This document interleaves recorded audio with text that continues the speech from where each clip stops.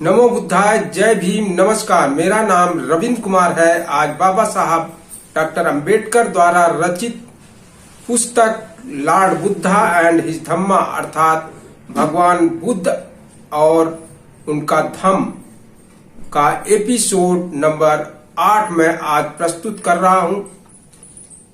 अब तक आपने देखा कि भगवान बुद्ध से 4 परिव्राजक मिले थे और उन्होंने भगवान बुद्ध को यह खबर दी कि जो शाक्य राज में कोलियों से लड़ाई यानी युद्ध का जो निर्णय लिया गया था अब वह टाल दिया गया है। इस पर भगवान बुद्ध ने अपने मन में उन्होंने प्रश्न किया कि जिन मैं भाइयों और परिवारों को छोड़ के आया हूं, क्या मुझे अब लौट जाना चाहिए? लेकिन सिद्धार्थ गौतम ने वापस नहीं जाने का निर्णय लिया, क्योंकि उसे नए प्रकाश की खोज थी और वह अन्य पंथों का परीक्षण करने के उद्देश्य से सिद्धार्थ गौतम ने आलार कलाम से भेंट करने के लिए राजगृह को छोड़ दिया। मार्ग में उसने भृगु ऋषि का आश्रम देखा और यूं ही जरा देखने के लिए उसमें प्रवेश किया। आश्रम के ब्राह्मण निवासी जंगल से लकड़ी चुनकर लाए थे। उनके हाथ में तपस्या की अत्यावश्यक वस्तुएं समिधा, पुष्प तथा कुश से भरे थे। ये बुद्धिमान अपनी अपनी कुटिया में ना जाकर सिद्धार्थ गौतम की ओर बढ़े। आश्रम निवासियों द्वारा समुचित रूप से सम्मानित होकर सिद्धार्थ गौतम ने भी आश्रम के बड़े बूढ़ों के प्रति आदर प्रदर्शित किया। उस मोक्षकामी बुद्धिमान ने उस स्वर्गकामी तपस्वियों की विचित्र विचित्र तपस्याओं का निरीक्षण करते हुए उस आश्रम को देखा। उस सुकोमल सन्यासी अर्थात सिद्धार्थ गौतम ने उस पवित्र वन में उन तपस्वियों को वैसी नाना प्रकार की तपस्याएं करते हुए प्रथम बार देखा। तपस्याओं के रहस्य के श्रेष्ठ ज्ञाता भृगु ब्राह्मण ने उसे सभी प्रकार की तपस्याएं समझाई और प्रत्येक तपस्या का फल भी बताया। पानी से उत्पन्न निरग्नि भोजन, मूल और फल, यही धर्मशास्त्रों के अनुसार तपस्वियों का भोजन है। लेकिन तपस्या के भिन्न भिन्न नाना रूप हैं। कुछ पक्षियों की भांति दाने चुग कर गुजारा करते हैं, दूसरे हिरणों की भांति घास चुगते हैं और तीसरी सांपों की भांति वायु भक्षी होते हैं, मानो वे दीमक की बाबी ही बन गए हों। दूसरी बड़ी कठिनाई से पत्थर से अपने शरीर के लिए पोषण प्राप्त करते हैं। दूसरे अपने दांतों से ही पीस कर अन्न खाते हैं और तीसरे दूसरों के लिए उबालते हैं और उसके लिए भाग्यवश जो कुछ थोड़ा बच रहे उसी पर गुजारा करते हैं। कुछ दूसरे निरंतर पानी में भीगी जटाओं से 2 बार अग्निदेवता को अर्घ्य अर्पण करते हैं। कुछ दूसरे मछलियों की तरह पानी में डूबे रहते हैं, उनके बदनों को कछुए नोचते रहते हैं। कुछ समय तक इस प्रकार के तपस्या के कष्ट सहने से, अधिक कष्ट सहने से स्वर्ग, मध्य कष्ट सहने से मर्त्य लोक, वे अंत में सुख लाभ करते हैं। कहा गया है कि कष्ट सहन ही पुण्य का मूल है। यह सब सुना तो गौतम ने उत्तर दिया, किसी भी ऐसे आश्रम को देखने का यह मेरा पहला अवसर है। मेरी समझ में तुम्हारा यह तपस्या क्रम नहीं आता। अभी तो मैं केवल इतना ही कह सकता हूं, आपकी यह निष्ठा स्वर्ग लाभ के लिए है, किंतु मेरी इच्छा तो यही है कि संसार के दुख के मूल कारण का और उसके दूर करने का उपाय खोज निकाला जाए। क्या मैं अब आपसे विदा ले सकता हूं? मैं सांख्य दर्शन का ज्ञान प्राप्त करना चाहता हूं और योग विधि का भी अभ्यास करना चाहता हूं और देखना चाहता हूं कि क्या यह दोनों पद्धतियां मेरी तपस्या के हल में किसी प्रकार सहायक हो सकती हैं। सिद्धार्थ गौतम ने कहा कि जब मैं सोचता हूं कि मुझे आप लोगों से जो ऐसी निष्ठा से अपने पथ पर अग्रसर हो रहे हैं, जिन्होंने मेरे प्रति इतने सौहार्द का परिचय दिया है, विदा लेनी होगी तो मुझे बड़ा दुख होता है। वैसे ही दुख जैसे मुझे अपने संबंधियों को छोड़ते समय हुआ था। मैं जो इस वन से विदा ले रहा हूं, यह कोई आपकी कृति के प्रति वितृष्णा के कारण नहीं, क्योंकि आप तो अपने पूर्वज ऋषियों के पथ पर चलने वाले महान ऋषि गण हैं। मैं मुनि अलार कलाम के पास जाना चाहता हूं, जो सुविज्ञ माना जाता है। उसका यह संकल्प देखकर आश्रम पति भृगु ने कहा, राजकुमार, तुम्हारा संकल्प महान है।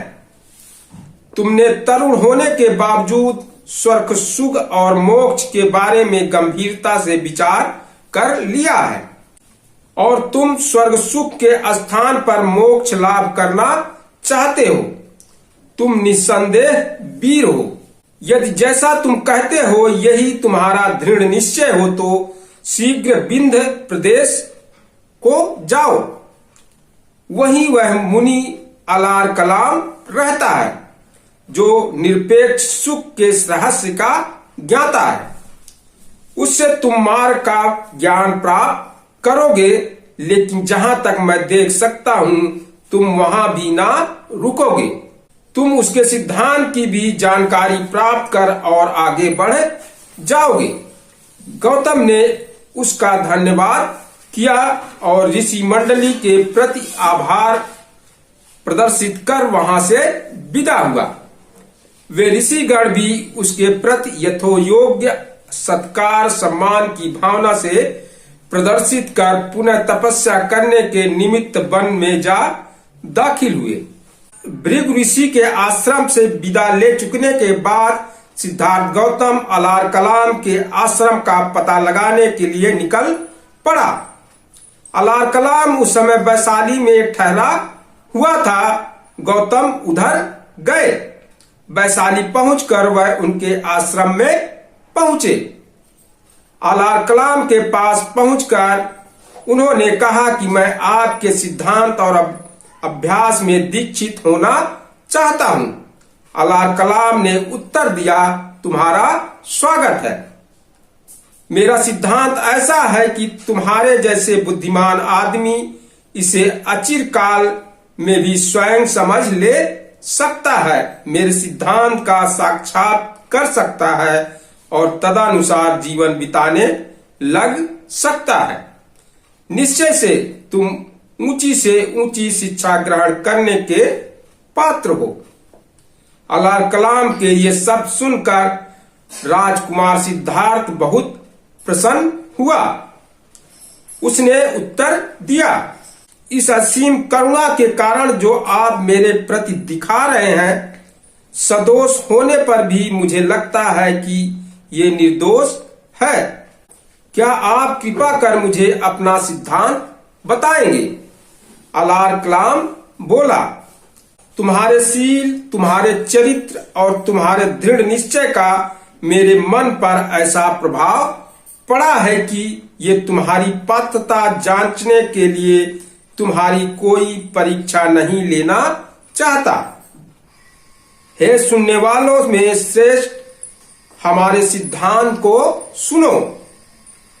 तब उसने गौतम को उस सिद्धांतों से परिचित कराया जो उस समय सांख्य दर्शन के नाम से ज्ञात थे।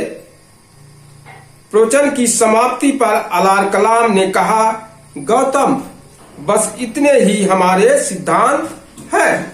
मैंने सार रूप में सब बता दिए। गौतम अलार कलाम की स्पष्ट व्याख्या से बड़ा प्रसन्न हुआ।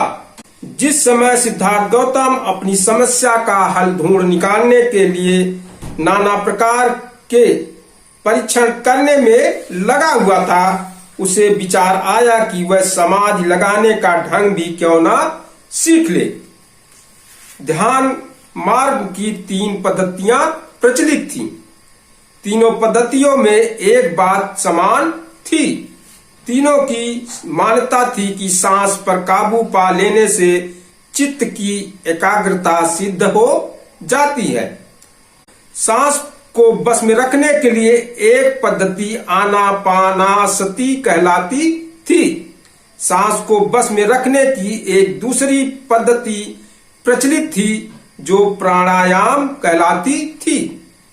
यह सांस लेने के 3 विभाग करती थी।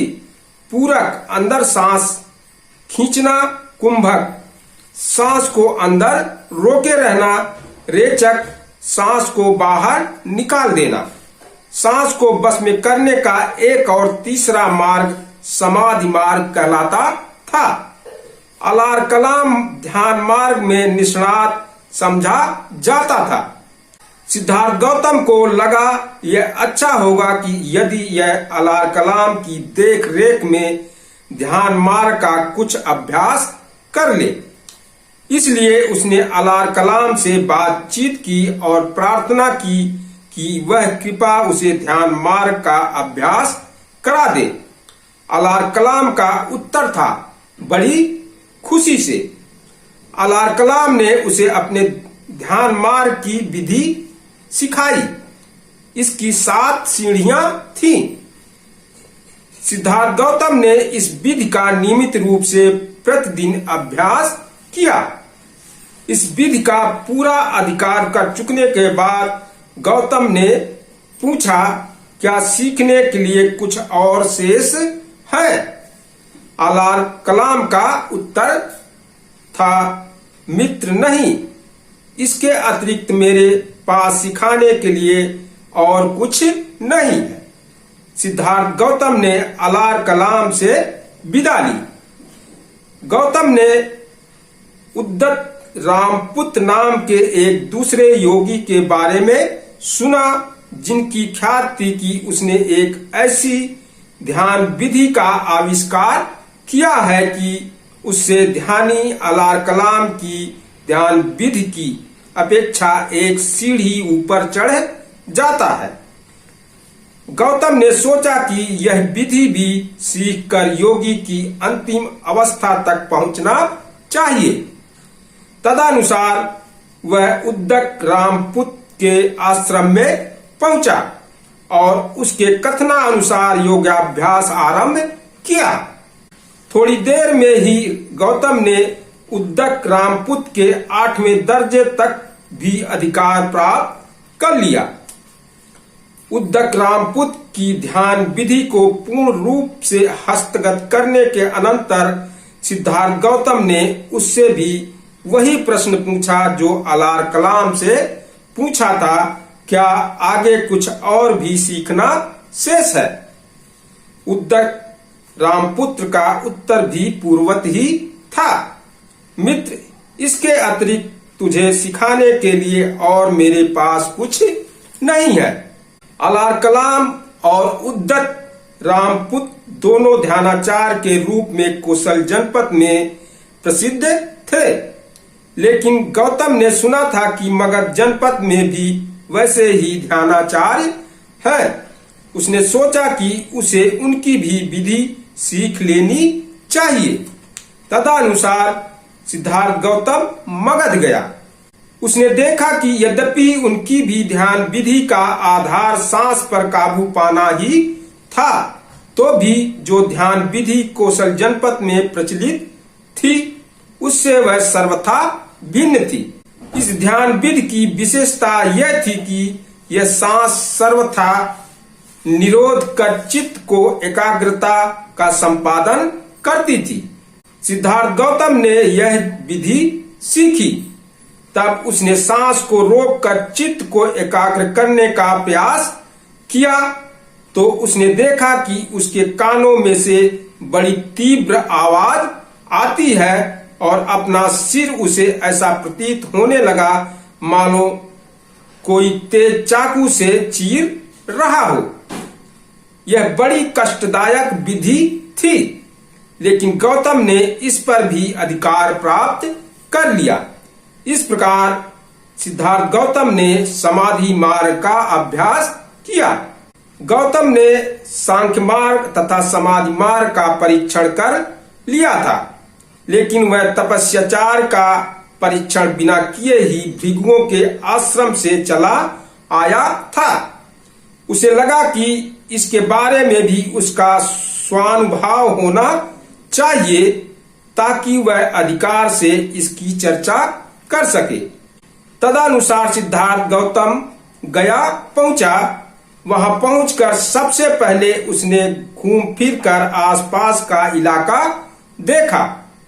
बाद में उसने तपस्याचार्य के लिए गया के राजर्षि नेगरी के आश्रम में, जो कि उरोबिला में था, निवास करने का निश्चय किया।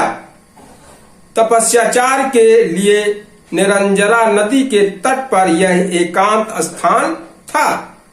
उरुबेला में उसे वह 5 परिव्राजक भी मिले जो उसे राजगृह में मिले थे और जिन्होंने उसे शांति का समाचार लाकर सुनाया था। वे भी तपस्याचार का अभ्यास कर रहे थे। उन तपस्वियों ने उसे देखा और उसके पास आकर कहा कि वह उन्हें भी साथ में ले ले। गौतम ने स्वीकार किया। इसके बाद से वे उसकी सेवा करते हुए उसकी आज्ञा में रहने लगे। वे उसके प्रति बड़े विनम्र थे और जैसा वह कहे वैसा करने वाले थे। गौतम की तपस्या तथा आत्मक्लेश की प्रक्रिया अत्यंत उग्र रूप की थी। कभी कभी वह केवल 2-3 घरों पर ही भिक्षाटन के लिए जाता, 7 घरों से अधिक पर कभी नहीं, और उन घरों में से भी एक एक घर से 2-3 कौर भोजन ही स्वीकार करता, 7 कौर से अधिक किसी एक घर से नहीं। वह दिन में 1-2 कटोरी भर भोजन पर ही गुजारा करता, 7 कटोरियों से अधिक किसी हालत में नहीं। कभी कभी वह सारे दिन में एक भी बार भोजन करता, कभी कभी 2 दिन में एक बार। इसी क्रम से कभी कभी 7 दिनों में एक बार या 15 दिनों में भी एक बार, और बड़ी ही नपीतुली मात्रा में। जब उसने तपस्याचार में और प्रगति की ओर उसका आहार जंगल से इकट्ठी हुई हरी जड़ें मात्र रह गया था, या अपने से उगे हुए जौ या धान के दाने, या पेड़ों की छाल के टुकड़े, या काई या चावल के गिरदभूसी के अंदर के लाल कण, या उबले हुए चावल की पीच, या सरसों आदि की खली। वह जड़े और जंगली फल खाकर रहता था जो स्वयं हवा से अपने आप गिरे। उसके कपड़े या तो सन के बने थे, या सन की रस्सी और कूड़े के ढेरों पर पड़े हुए चीथड़ों के, या पेड़ की छाल के, या आधी या पूरी मृग छाल के, या घास के, या छाल की लकड़ी की पट्टियों, या आदमियों या पशुओं के बालों से बने कंबलों के, या उल्लू के परों के। वह अपने सिर और दाढ़ी के बाल नोच नोच कर उखाड़ता था। वह हमेशा सीधा और पलथी मारकर बैठता था तथा वह पलथी मारे मारे आगे सरकता था। वह खड़ा नहीं होता था। इस तरह से तथा और भी नाना प्रकार से वह अपने शरीर को कष्ट और पीड़ा पहुंचाता था। उसकी तपश्चर्या इस सीमा तक पहुंच गई थी। अपने शरीर के प्रति उपेक्षा के भाव से वह इस सीमा तक ले गया कि वर्षों तक उसके शरीर पर मैल जमती रही, जो कि बाद में अपने आप गिरने लगी। वह भयानक घनघोर जंगल में रहता था, ऐसे घनघोर जंगल में कि उसके बारे में कहा जाता था कि एक पागल के सिवा और कोई उस जंगल में प्रवेश करने का साहस नहीं कर सकता। यदि करेगा तो उसके रोंगटे खड़े हो जाएंगे। शीत ऋतु में जब रातें भयानक ठंडी हो जाती तो कृष्ण पक्ष के दिनों में रात को वह खुले में रहता और दिन के समय खूब अंधेरे में। और जब वर्षा के ठीक पहले ग्रीष्म ऋतु की भयानक गर्मी पड़ने लगती तो दिन में वह सूर्य के नीचे रहते और रात को सांस घोट देने वाली गर्मी में भीतर जंगल में वह शमशान भूमि में मुर्दों की हड्डियों का तकिया बनाकर लेटता। इसके बाद गौतम एक दिन में एक ही फली खाकर दिन बिताने लगा, बाद में एक ही सरसों का दाना, बाद में एक ही चावल का दाना। जब वह एक दिन में केवल एक ही दाना खाकर गुजारा करने लगा तो उसका शरीर बहुत क्षीण हो गया। यदि वह अपने पेट को स्पर्श करता तो उसका हाथ उसकी पीठ को जा लगता, और यदि वह अपनी पीठ को स्पर्श करता तो उसका हाथ उसके पेट को जा लगता। उसका पीठ और पेट एक दूसरे के इतने नजदीक सट गए थे। यह सब कुछ उसकी अत्यंत अल्पाहारता के कारण हुआ। सिद्धार्थ गौतम की तपश्चर्या और आत्मपीड़न बड़े ही उग्र रूप का था, इतना उग्र जितना वह उग्र हो सकता था। वह 6 वर्ष के लंबे अरसे तक जारी रहा। 6 वर्ष बीतने पर उसका शरीर इतना दुर्बल हो गया था कि वह हिलडुल नहीं सकता था। तब भी उसे कोई नया प्रकाश नहीं दिखाई दिया और संसार में जो दुख की समस्या और जिस पर उसका मन केंद्रित था उस समस्या का कोई हल उसे दिखाई नहीं दिया। सिद्धार्थ ने अपने मन में सोचा, यह न आत्म विजय का मार्ग है और न पूर्ण बोध प्राप्त करने का मार्ग है और न मोक्ष का मार्ग है। कुछ इस संसार के सुख भोग के निमित्त कष्ट उठाते हैं और कुछ स्वर्ग लाभ के निमित्त कष्ट सहन करते हैं। सभी प्राणी आशा के चक्कर में पड़कर अपने उद्देश्य को प्राप्त न हो सुख को खोजते हैं, दुख के गड्ढे में जा गिरते हैं। सिद्धार्थ गौतम कहते हैं कि क्या मेरे साथ भी कुछ ऐसा ही नहीं हुआ? मैंने जो प्रयास किया मैं उसे दोष नहीं दे रहा, किंतु यह आधार को छोड़कर आकाश में उड़ने का प्रयास है। मैं पूछता हूं, यानी सिद्धार्थ गौतम पूछते हैं, क्या शरीर का अधिक से अधिक उत्तापन धर्म हो सकता है? क्योंकि मन की प्रेरणा से ही शरीर या तो कार्य करता है अथवा कार्य करने से विरत रहता है। इसलिए मात्र मन की साधना ही योग्य है। बिना विचार के शरीर एक कुत्ते के समान है। यदि केवल शरीर की ही बात होती तो शायद भोजन की शुद्धि से पवित्रता आ सकती है, किंतु जो करता है, जो मन है, उसका भी तो प्रश्न है। लेकिन वह सब किस काम का? जिसके शरीर का बल जाता रहा, जो भूख तथा प्यास से परेशान है, जिसका मन थकावट के मारे एकाग्र और शांत नहीं है, ऐसे आदमी को कभी नया ज्ञान प्राप्त नहीं हो सकता। जो पूर्ण रूप से शांत नहीं है वह ऐसे उद्देश्य को जो चित्त द्वारा ही प्राप्त है कैसे प्राप्त कर सकता है? सच्ची शांति और चित्त की एकाग्रता शरीर की आवश्यकताओं की पूर्ति से ही ठीक ठाक प्राप्त हो सकती है। इस समय उरुवेला में सेनानी नाम का एक गृहपति रहता था। उसकी कन्या का नाम सुजाता था।